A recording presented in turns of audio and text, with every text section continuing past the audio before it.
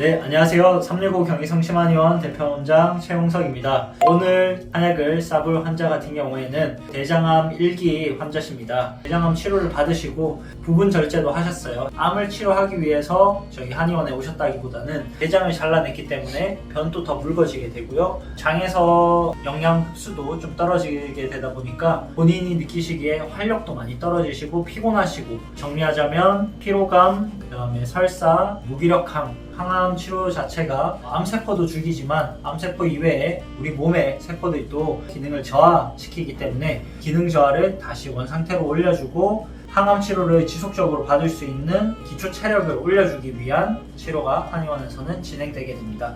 그를 위해서 한약 치료, 침 치료, 약침 치료 등등을 진행하고 있고요. 이제 약을 싸보도록 하겠습니다.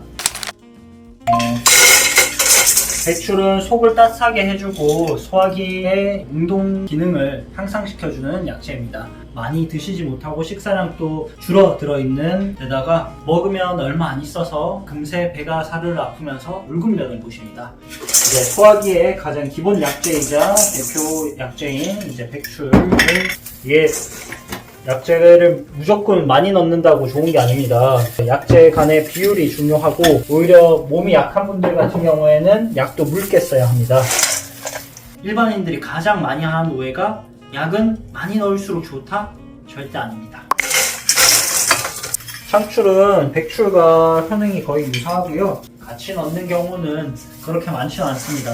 이 환자분 같은 경우에는 둘 다 넣어야 할 정도로 지금 소화기가 안 좋으신 상태라고 제가 진단을 하였습니다. 맥을 잡았을 때도 소화기에 해당하는 맥이 너무 약하고 거의 뛰지 않다시피 하고 있으신 분이시거든요.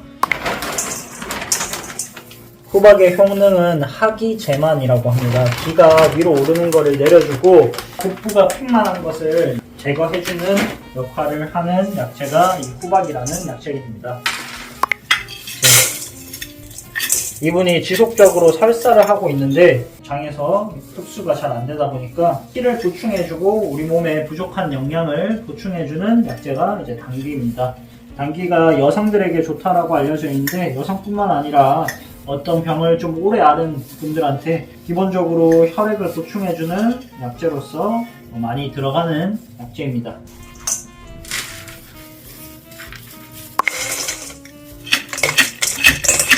당귀의 짝꿍이라고 한 이유는 이렇게 혈액을 보충해주는 약재를 넣을 때는 마찬가지로 혈액을 보충해주는 것과 더불어서 혈액 순환이 잘 되게끔 도와줘야 합니다. 비유를 하자면 당귀 같은 경우에는 물을 대해주는 역할이고 청군 같은 경우에는 물을 상하 순환이 잘 되게끔 노를 저어주는 역할을 하는 게 진피는 귤 껍질이죠. 복력은 몸에 이제 불필요한 수분을 빼주고 소화기를 보강해주는 역할을 하는 약재입니다. 보기 좋게 예쁘게 담아서 환자분들께 계급별로 사진을 전송해드리고 있습니다. 원기를 극대로 보호하는 약재입니다. 한의원에 납품되는 약재는 인삼에 사포닌이라는 성분이 충분히 함유된 최소 6년근 이상의 인삼을 쓰고 있습니다. 이 감초는 여러가지 약재가 들어갈 때 서로의 약재가 잘 어울릴 수 있게 해주고 약의 독성을 좀 줄여주는 그런 역할을 하는 게 이 감초의 역할입니다. 대추 절편이에요. 대추가 들어가게 되면 한약의 맛 자체도 좀 달짝지근해지고 맛이 있지만 이 대추가 우리 소화기를 보호해주는 역할을 합니다. 보골지는 국내에서 약재가 재배가 되지 않기 때문에 미얀마산을 현재는 쓰고 있습니다. 그래서 이 보골지는 생식기를 좀 따뜻하게 해주고 소변을 자주 보고 이런 것들을 개선해주는 약재입니다. 이분은 대장의 일부를 제거하시다 보니까 아랫배가 좀 차다 이렇게 많이 느끼세요. 그래서 실제로 변도 좀 묽으시고 소변도 자주 보시고 하기 때문에 남성의 정력을 좀 보강해주고 아랫배를 따뜻하게 해주는 그런 약재라고 생각해 주시면 됩니다. 생강을 산 다음에 바로 이렇게 소분해서 액체인도 마찬가지로 소변 자주 보는 것을 치료해주고 정력을 조금 좋아지게 해주는 약재입니다. 이 영상에는 안 담겨서 아쉬운데 약재를 쓰다 보면 이 약재는 향만으로도 몸이 좋아질 것 같구나 싶은 약재들이 있습니다. 이제 마지막 활용 점정이죠. 항암 이후에 몸이 많이 쇠해진 상태이기 때문에 체력을 좀 올려주고 면역력을 올려주기 위해서 녹용이 들어가야 합니다. 저희는 녹용의 선택지를 환자분들께 드립니다. 사실 효능만 생각을 한다면 러시아산 분골이 가장 좋습니다. 가장 좋은 원산지에 가장 좋은 최고급부이니까요. 뉴질랜드산 상대를 택하셨어요. 네, 최선을 다해서 또 약을 쏴드려야죠. 이렇게 찍습니다. 네, 환자분께 보내드릴 사진까지 찍었으니까 이제 약을 다 남은 보자기에다가 넣고 가리면 되겠죠. 네, 이렇게 많은 녹용이 들어갑니다. 자, 이제 약을 사겠습니다. 어떠신가요? 저의 손놀림이 보이시나요?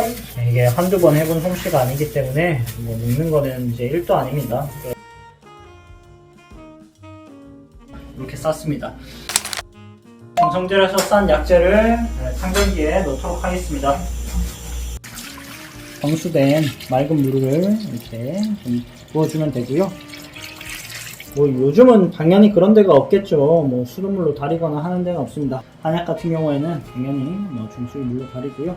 PD님이 여쭤보셔가지고 제가 말씀을 드렸습니다. 이제 그러면은 꼬르르 이제 약이 잠기게 됩니다. 이렇게 이제 약을 최소 2시간 이상 물에 불렸다가 그 다음에 가릴 겁니다. 자, 약재 안녕. 여기까지 한 환자분의 약이 가려지는 과정을 다 보신 겁니다. 저희 한의원에 오는 모든 환자분들의 약 항정 과정은 방금 보신 것처럼 이루어진다라고 생각을 해주시면 됩니다. 그래서 어떤 약재가 들어가고 어떤 녹용이 들어가고 환자분들에게 직접 보여줌으로써 환자분과의 신뢰 관계도 더 쌓고 제 스스로도 이 한약 처방하는 거에 대해서 만족감을 느끼면서 하고 있습니다. 지금까지 영상 시청해주셔서 진심으로 감사드리고요. 구독, 좋아요, 알림 설정까지 부탁드리겠습니다. 감사합니다.